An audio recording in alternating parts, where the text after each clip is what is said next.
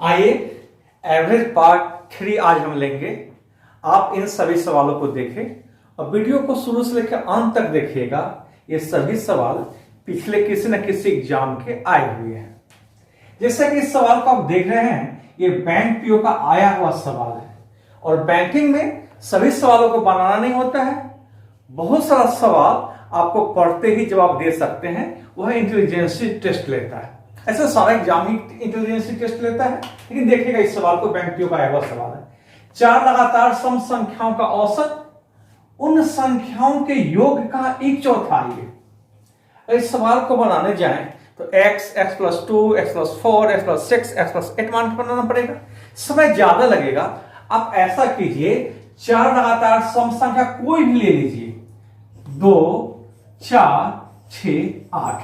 ये even number ही है ना, एवन नंबर है ना, 2, 4, 6, 8।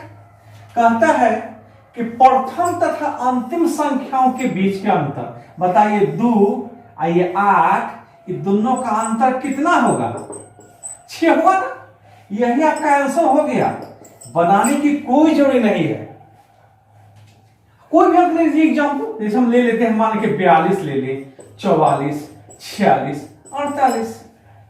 4 एवन नंबर है ना लगातार, 4 लगातार 4 कंजुकेटिव एवन नंबर्स, 1, 2, 3, 4। बताइए फर्स्ट और लास्ट का अंतर 6 ही होगा ना। यही आपका आंसर। ये बैंक पीओ का आया हुआ सवाल है। अब देखते हैं नेक्स्ट क्वेश्चन को। इस सवाल को देखिएगा, बहुत इंपॉर्टेंट टाइप है और सभी एग्जाम में आता ही आता है ये पैटर्न। कहता है 14 विद्यार्थियों का प्राप्तांक का औसत 71 था। चलिए ठीक है, लेकिन क्या किए कि नंबर जब चढ़ाया जा रहा था तो एक छात्र के प्राप्तांक 56 के बजाय बदले, मतलब 56 सही था। 56 क्या था? सही था। इसके जगह पर क्या चढ़ा दिया? 42 चढ़ा के बना दिया। तो 56 सही था, 42 क्या है? गलत है। और दूसरा स्टूडेंट ने क्या किया? 32 के बजाय, मतलब 32 से सवाल को सॉल्व करना था, वो क्या कर दिया? 32 की जगह पे 74 लिख दिया। ये सवाल में दिया हुआ है। इस पैटर्न के सवाल में ये कीजिएगा, इसे जोड़ दे 8, 5 और 3 8। इसे जोड़ दे 4, 2, 6, 7, 4, 11। कहने का अर्थ कि सवाल कहां 88 प्लस करके बनना चाहिए था, बना कितना? 116 करके। तो हम यह देखेंगे कि कितना ज्यादा जोड़कर सवाल बना दिया गया। तो आपको क्या करना है? अंतर कर लीजिएगा। क्या करिएगा? अंतर कीजिएगा।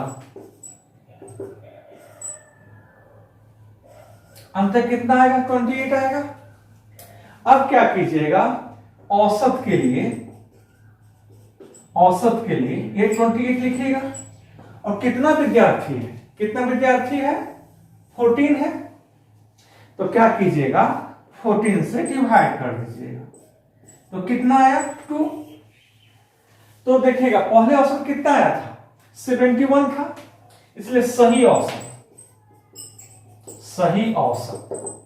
71 आया था। तो यहां पे आपको क्या आया? औसत 2 आया ना। तो सही कम तो औसत कम, और सही ज्यादा तो औसत ज्यादा, सही कम तो औसत कम, सही ज्यादा तो औसत ज्यादा। तो देखिए यहां 116, यहां 88 कम है ना, ये कम है, इसलिए इसको आप घटा देंगे। तो कितना है?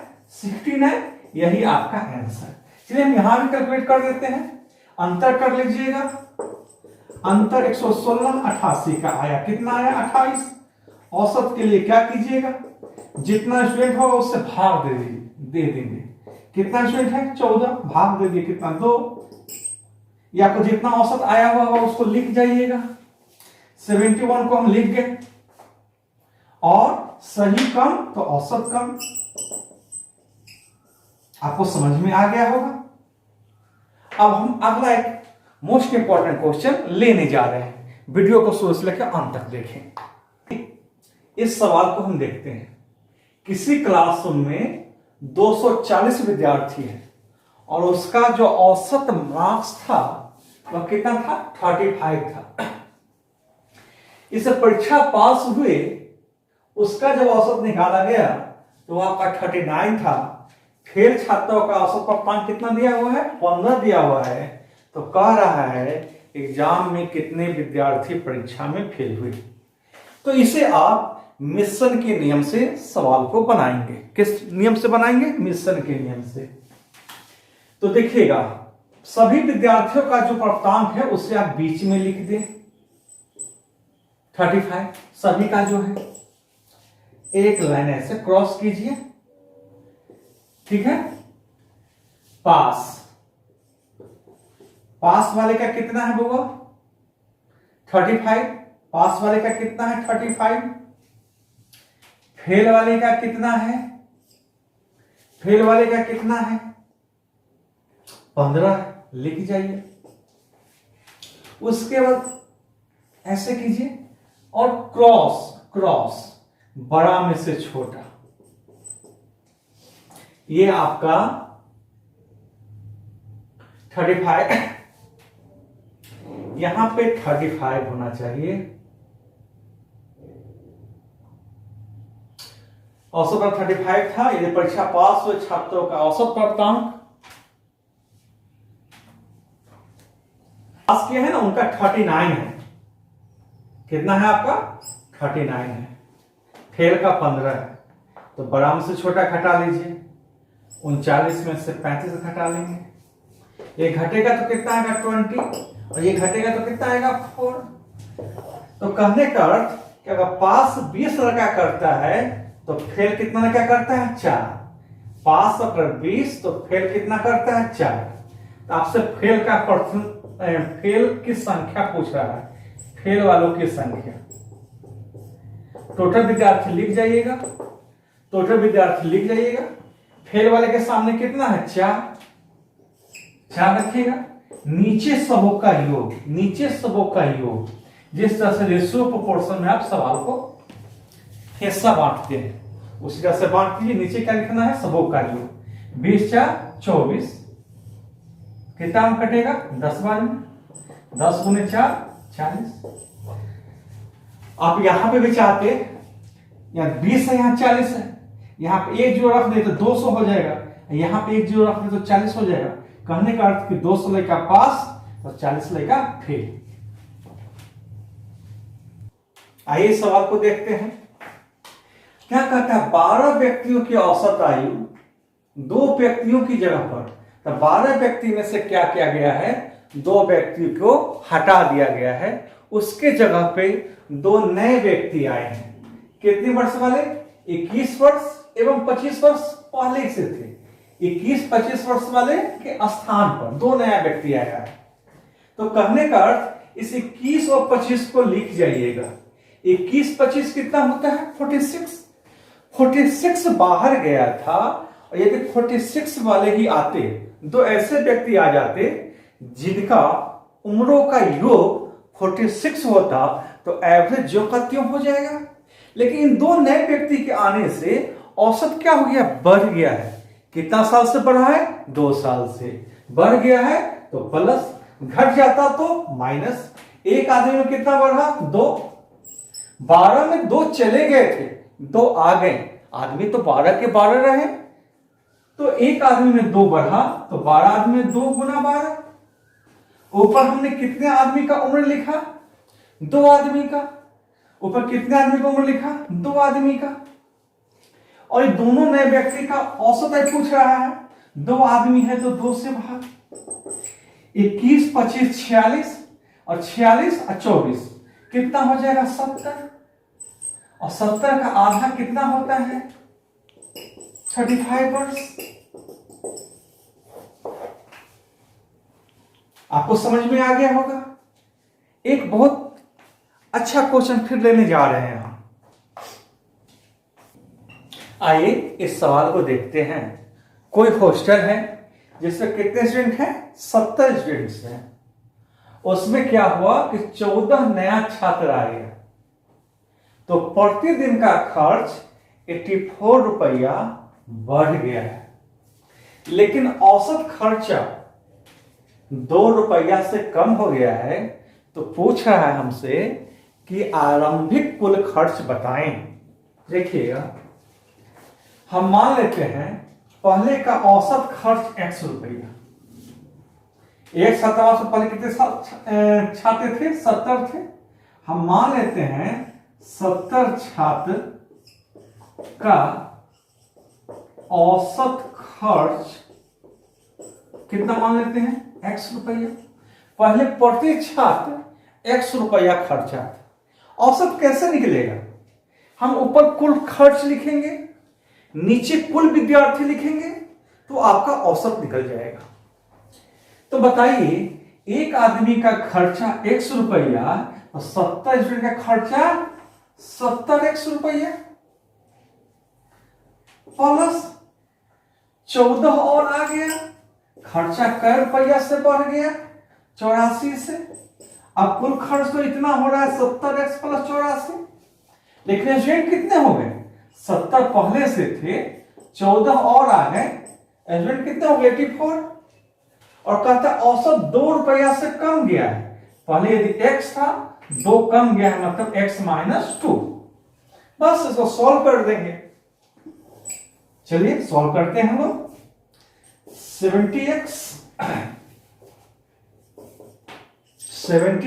प्लस 84, 70 प्लस 14 कितना है? 84 multiply by x equal to 84x।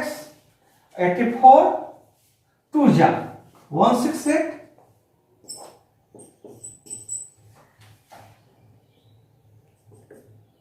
अब क्या आपको 84 प्लस 168 इसे जोड़ दें। 12 24 25 14 काट दें।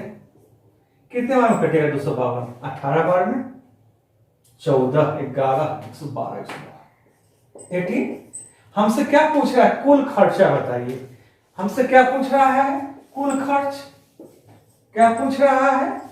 कुल खर्च। एक आदमी का x पहले का पूछ रहा है। एक आदमी का x, तो 70 स्टूडेंट का कितना? 70x। और x का मान कितना आया है? 18। इसको गुना कीजिएगा तो कितना होगा? फिर से समझ लीजिए। हम मानते हैं प्रति छात्र पहले खर्चा था x, एक लड़का का ₹100, तो 70 लड़का का 70x। 84 बढ़ गया तो 84 ऐड कर दिए। अब इसमें कितने हो गए? 70 जोड़ 14 84 हो जाएंगे। औसत 2 से कम गया है, इसे x-2। ये ऊपर वाले को ऊपर छोड़ दिए, इसको हम क्रॉस गुना करा दिए। जोड़े तो 84x 84 2 जा 168। इसको जब सॉल्व कीजिएगा तो x का मान क्या आएगा? 18। एक लड़का का खर्च, एक स्टूडेंट का खर्च ₹18, तो 70 स्टूडेंट का कितना हो जाएगा? 70 गुना 18 1260। ये आपका आंसर। देखिएगा इस सवाल को क्या कह रहा है। 8 व्यक्तियों की औसत आयु 2 वर्ष से बढ़ जाती है जब उनमें से एक व्यक्ति जिनकी आयु 24 वर्ष है के स्थान पर एक नया व्यक्ति को लाया जाता है। नए व्यक्ति की आयु बताना है। आप बताइए, 8 व्यक्ति का समूह है और एक व्यक्ति 24 वर्ष वाला बाहर गया। 24 वर्ष वाला बाहर, सपोज कि आपकी एज 24 है, आप 24 वर्ष वाला बाहर चला जाए और 24 वर्ष वाला ही आ जाए, तो एवरेज जो का क्यों रहेगा? 24 वर्ष से कम का आएगा तो एवरेज क्या होगा? कम जाएगा। और 24 वर्ष से ज्यादा का आएगा तो बढ़ जाएगा। जो नया व्यक्ति आया, आने से क्या हो गया? बढ़ गया, मतलब उसका एज 24 से ज्यादा होगा। 24 क्या किया? एवरेज मेंटेन में जाएगा। 24 कहां जाएगा? एवरेज मेंटेन करेगा। और 24 से जो ज्यादा होगा उस सब में वो बांट देगा। 24 प्लस बढ़ गया, कितना साल बढ़ा? 2। और आदमी 8 के 8 ही रहे। 8 में से एक गए, एक आए, तो 8 का 8 ही रहा। 24 और 16 कितना होता है? 40 वर्ष। यही आपका आंसर नए व्यक्ति की आयु। आज के लिए इतना ही। बहुत जल्द मिलते हैं हम लोग अगले वीडियो में, ठीक है? तो तब तक